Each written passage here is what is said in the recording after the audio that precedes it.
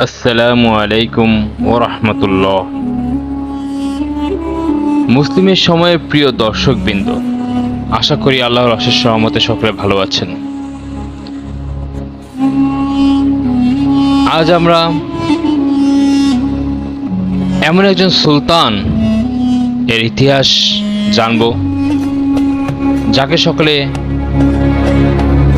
সুলতান Fatih হিসেবে চিনে থাকেন। তাহলে শুরু করছি আজকের একটি ঐতিহাসিক ঘটনা এবং একজন ঐতিহাসিক সুলতান সম্পর্কে। দ্বিতীয় মুহাম্মদ ছিলেন সপ্তম ওসমানীয় সুলতান। তিনি মোহাম্মদ ফাতেহ অর্থাৎ বিজয় মুহাম্মদ নামে পরিচিত।